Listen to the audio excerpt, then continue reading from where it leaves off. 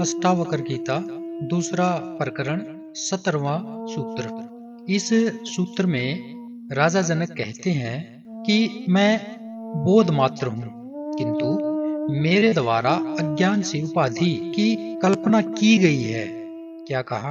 किंतु मेरे द्वारा अज्ञान से उपाधि की कल्पना की गई है। इस प्रकार नित्य विचार करते हुए मैं निर्विकल्प में स्थित हूँ।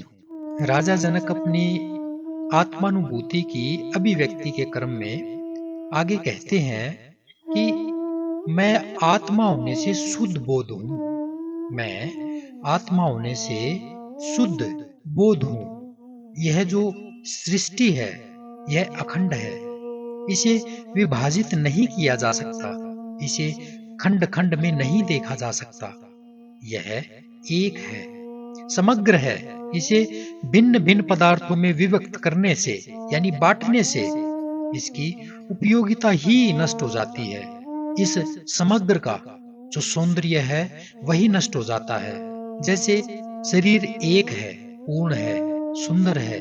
इसके यदि सभी अंगों को भिन्न भिन्न मान लिया जाए, अलग अलग मान लिया जाए, वह प्रत्येक का एक दूसरे से जो संबंध है उसको तोड़ दिया जाए, तो शरीर की क्या दशा होगी? ऐसी ही दशा इस संसार की है। जिस प्रकार शरीर के विभिन्न अंगों में एकत्व का बोध उसमें स्थित आत्मा से ही होता है। क्या कहा?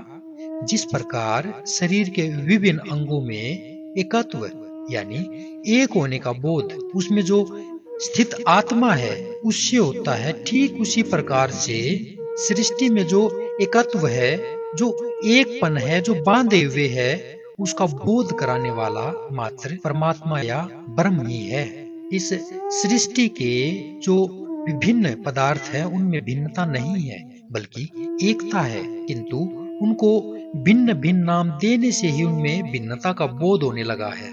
वो अलग अलग दिखाई देते हैं। अगर सृष्टि में जितने भी ये पदार्थ हैं, अगर इनके नाम ना हो तो क्या इनको अलग देखा जाएगा?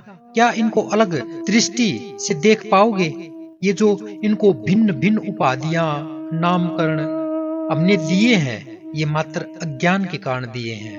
हाथ, पांव, कान, नाक, आंख आदि भिन्न भिन्न नाम देने से पूर्ण मनुष्य का बोध नहीं हो सकता, किंतु पूर्ण मनुष्य के बोध से इन सभी अंगों का बोध हो जाता है।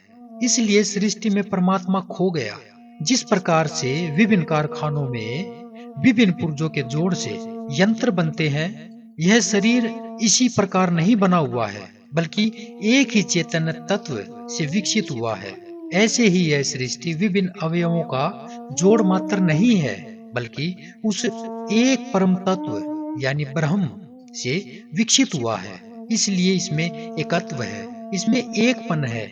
विभिन्न पुर्जों के जोड़ से बना हुआ मनुष्य यंत्र रोबोट तो हो सकता है, किंतु चेतन मानव नहीं हो सकता। उसमें बुद्धि नहीं हो सकती।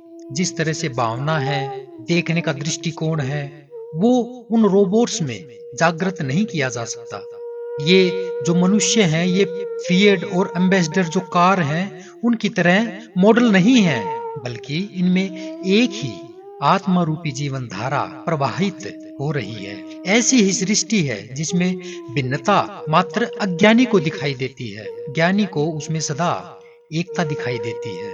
हिंदुओं की जो दृष्टि है वो बड़ी ही अलग है, अनूठी है, प्यारी है। जिन्होंने एक विश्व पुरुष की कल्पना की, वह सृष्टि के समस्त अवयवों को उसके अंग माना, जिससे सृष्टि का जो एकत्व का भाव है वह नष्ट नहीं होता।